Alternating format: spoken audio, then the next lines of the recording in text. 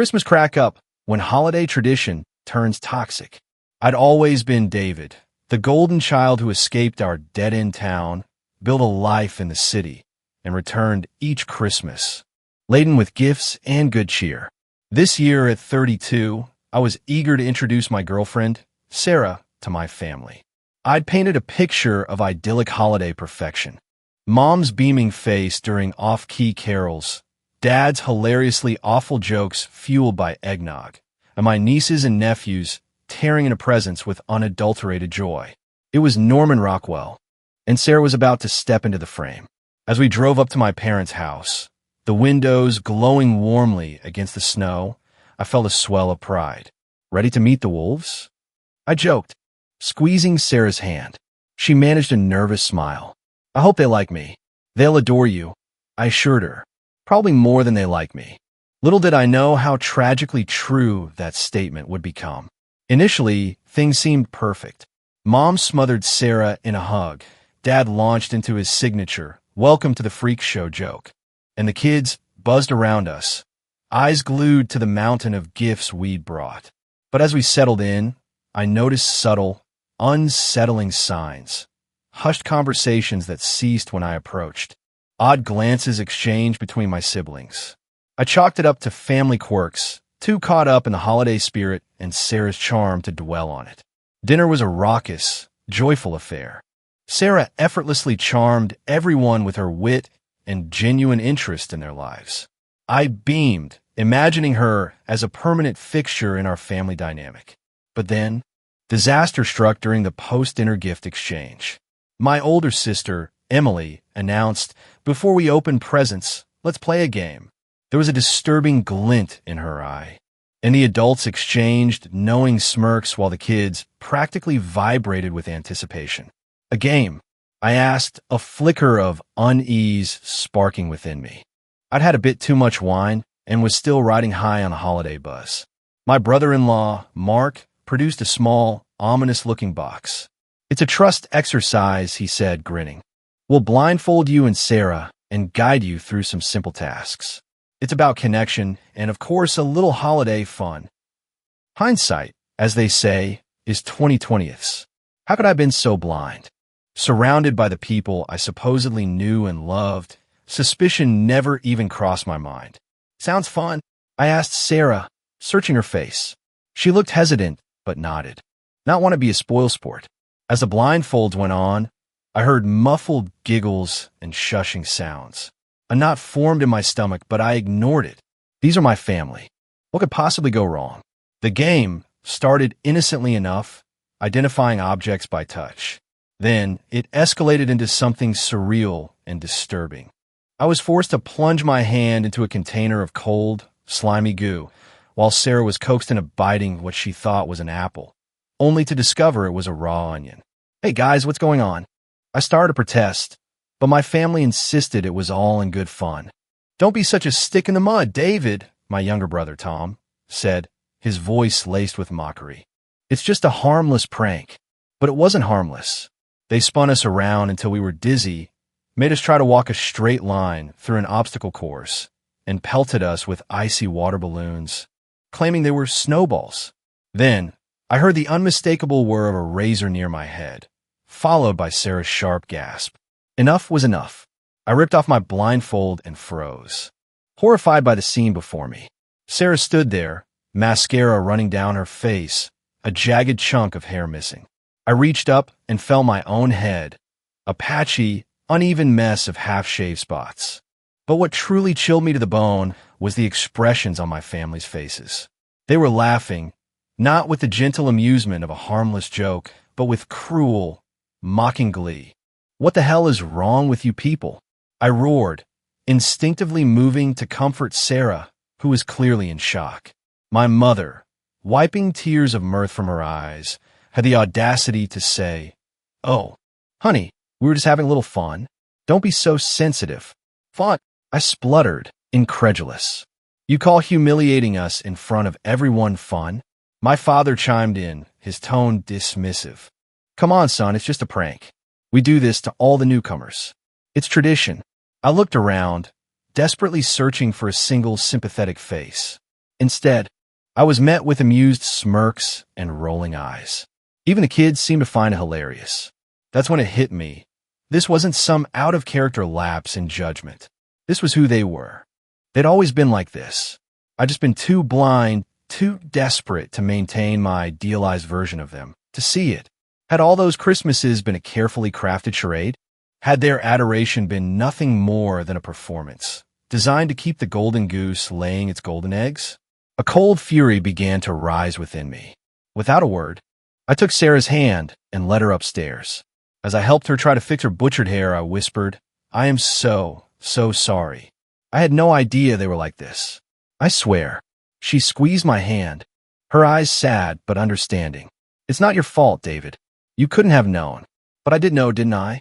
Deep down, there had always been warning signs. The passive-aggressive comments, the subtle put-downs, the constant requests for money for some manufactured emergency. I'd just chosen to ignore them, clinging to my carefully constructed fantasy. As we descended the stairs, my mind raced. I couldn't let this go. I couldn't pretend everything was fine and proceed with the gift exchange. I made a decision, one that would irrevocably alter everything. "All right, everyone," I announced, my voice cutting through the lingering laughter. "Gift time." My family perked up, greed evident in their eyes as they gazed at the meticulously wrapped presents. I walked over to the tree, picked up the first gift, an expensive gaming console for my nephew Billy. "This one's for you, buddy," I said, my tone deceptively light. Then, without warning, I turned and walked straight out the front door. A stunned silence hung in the air, followed by a cacophony of outrage. My family surged onto the porch, shouting and demanding to know what I was doing. I ignored them, methodically loading every single gift into my car. The designer purse for my sister, the golf clubs for my dad, the jewelry for my mom. All of it went into the trunk.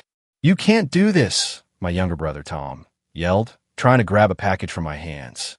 "Those are our gifts." I fixed him with an icy stare. "No, they're not. They're my property until I give them to you. And after what you all just pulled, you don't deserve a damn thing from me." My mother began to cry, playing the victim as she always did when her manipulations were exposed. "How can you be so cruel? It's Christmas." "Cruel?" I laughed bitterly. "You want to talk about cruelty? Look at what you did to your own son and the woman he loves." "For what?" A few cheap laughs. My father stepped forward, his face red with rage. "Now listen here, boy. You're overreacting. It was just a bit of fun. You can't take back Christmas." I slammed the trunk shut, the sound echoing in the sudden silence. "Watch me." As I moved to get into the driver's seat, my oldest niece, Lily, barely 10 years old, tugged at my sleeve. "Uncle David, please," she whimpered. "We didn't mean to be bad. Don't take our presents." For a moment, my resolve wavered. The kids, at least, were innocent in all of this. But then, I remembered their laughter, the way they gleefully participated in our humiliation. They were learning from their parents' example. And I refused to reinforce that behavior. "I'm sorry, sweetheart," I said, my voice softening slightly. "But actions have consequences. Maybe next year, if you all learn how to treat people with kindness and respect, things will be different." With that, I got into the car. Sarah climbed in beside me, her face a mixture of shock and admiration. As we pulled away, I could see my family in the rearview mirror, some shouting, some crying, all looking utterly bewildered that their punching bag had finally fought back. The drive home was mostly silent, both of us processing the surreal turn the evening had taken. It wasn't until we were almost back to the city that Sarah spoke. "Are you okay?" she asked softly. I let out a long breath, surprised to find that I actually was. "Yeah," I said.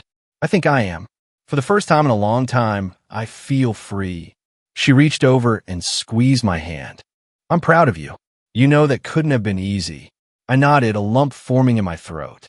It wasn't, but it was necessary. I just wish I'd seen them for who they really were sooner. As we pulled into our driveway, a thought struck me. "You know," I said, a hint of a smile playing on my lips, "we've got a whole car full of presents and nowhere to take them." Sarah grinned, catching on immediately. "I bet the Children's Hospital would love some extra gifts this year." And just like that, a new Christmas tradition was born. We spent the rest of the evening delivering gifts to the hospital, local shelters, and anyone else we could think of who might need a little holiday cheer. As we fell into bed that night, exhausted but oddly exhilarated, I realized something profound. Family isn't always about blood. Sometimes, it's about choosing to surround yourself with people who genuinely care about you, who build you up instead of tearing you down. In the weeks and months that followed, I had to deal with the fallout from my decision. There were angry phone calls, guilt-tripping text messages, and even a few flying monkeys sent to try and bring me back into the fold. But I stood firm, setting boundaries, and for the first time in my life, putting my own well-being first. It wasn't easy, and there were moments when the weight of what I'd lost, or rather, what I'd never really had, threatened to crush me. But with each day that passed, I felt lighter, freer, more authentically myself.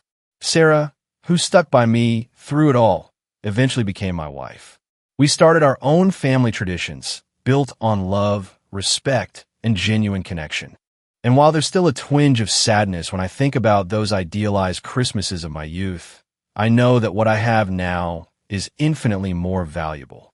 Looking back, I realize that sometimes the greatest gift you can give yourself is the courage to walk away from toxic relationships, even when those relationships are with the people who are supposed to love you unconditionally. After all, family drama is the gift that keeps on giving, but unlike my relatives, I promise not to prank you or expect expensive presents in return. Thank you so much for listening to my story. If you have any thoughts, I'd love to hear them, so please leave a comment. Don't forget to like and subscribe if you want more stories like this one.